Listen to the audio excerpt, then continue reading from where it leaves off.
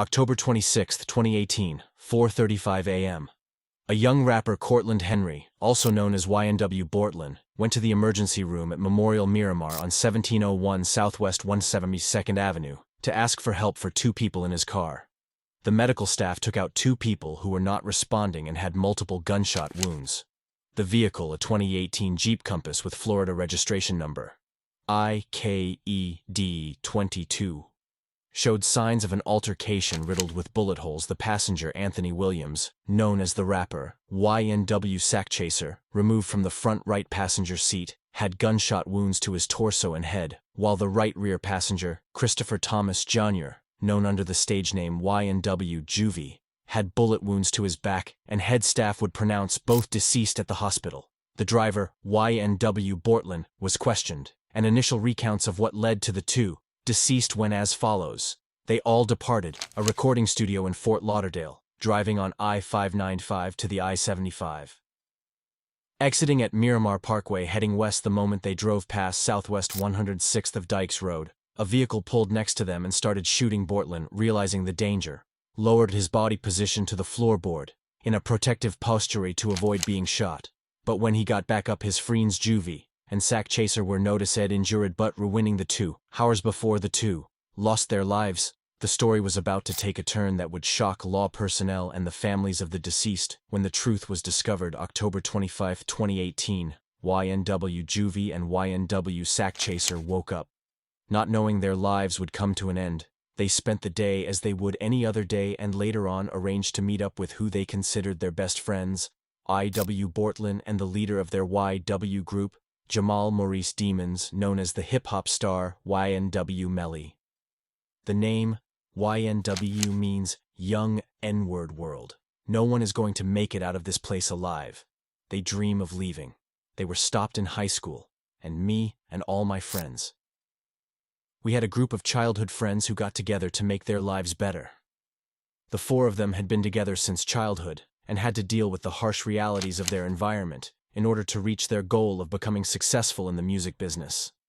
They thought their bond was strong, but just hours before they got together that night, they didn't know it would be put to the test. The crew members planned to drive to the New Era recording studio at 805 Northeast 4th Avenue in Fort Lauderdale on the night of October 25th. After finishing up at the studio, they left early the next morning, October 26th, while it was still dark.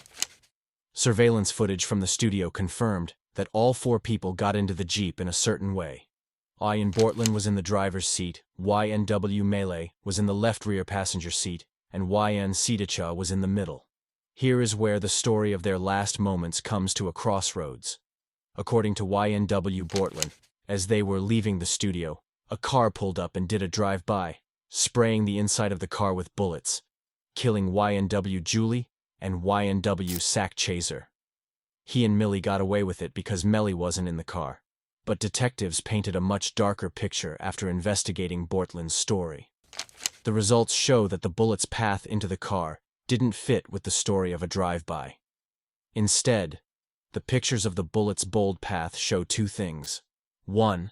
The gunfire came from outside the vehicle, not from a moving one in a drive-by, as Bortlen said. And 2. The wounds that killed Julian Sackchaser were close and consistent with shots fired from where Melly was sitting in the vehicle. The murder went from being an outside head job to an inside job by their best friends. Recreating the scene, all 4 people were in the vehicle when it stopped at a certain location. Anthony Williams, known as YNW Sackchaser, received bullet wounds through his neck, angled back to front, left to right, and upward, along with wounds to his right shoulder and chest.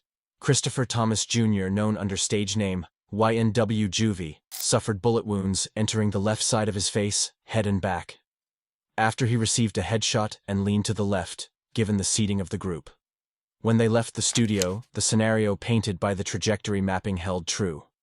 Autopsy results also revealed both Jubilee and Sackchaser had wound past to their head from the left to the right direction, which contradicts Cortland Henry's drive-by scenario and supports YNW Melly as the one who ended his friends' lives now.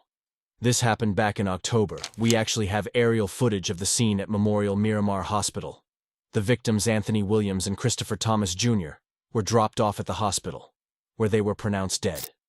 The shooting actually took place in another location.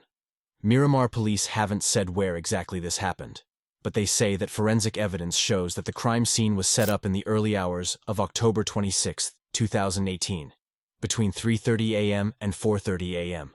YNW Julie and YNW Sack Chaser were found dead in a pool of blood, allegedly killed by someone they called their friend and brother, YNW Melly, with the help of YNW Bortlen. There are many problems with Bortlen's story, and the Melly and Bortlen were both caught. On February 12, 2019, Bortlen was arrested on 2 counts of first-degree hits, and on February 13, 2019, Melly turned himself in and was charged with 2 counts of first-degree murder. Both of them are now facing consequences for making up a crime scene to hide the truth from police. Lauren, this Florida rapper YNW Melly and another man were arrested this morning and are being held at the Broward County Jail. They are each charged with 2 counts of first-degree murder and, as you said, staging the crime scene to make it look like it was a drive-by shooting. The plot was exposed, but YNW Melly and Bortlen stuck to their story, that it was a drive-by and they had nothing to do with the accusations. Melly even took to social media to mourn the deaths of his friends and reassure his fans that he was innocent. But the police were determined to show what they thought was the truth. Melly wasn't innocent in the shooting deaths of his friends. They believed he was the one who did it.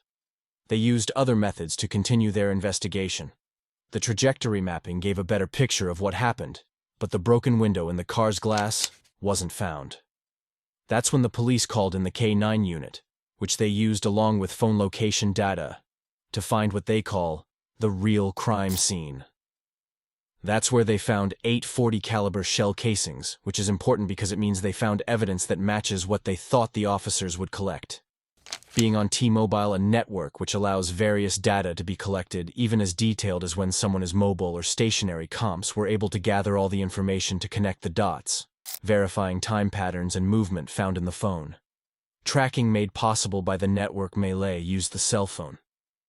Data was the piece of the investigation that broke down Bortlen's original account of what happened to show that both him and Melly were allegedly conspiring together. Even after ending the lives of their friends, the cell phone data shows both Bortlen and Melee around the area, west of I-75 in Pembroke Pines at 4:25 a.m. Between then and the arrival of Bortlen at the hospital at 4:35 a.m., Melly was dropped off from the vehicle at 4:32 a.m.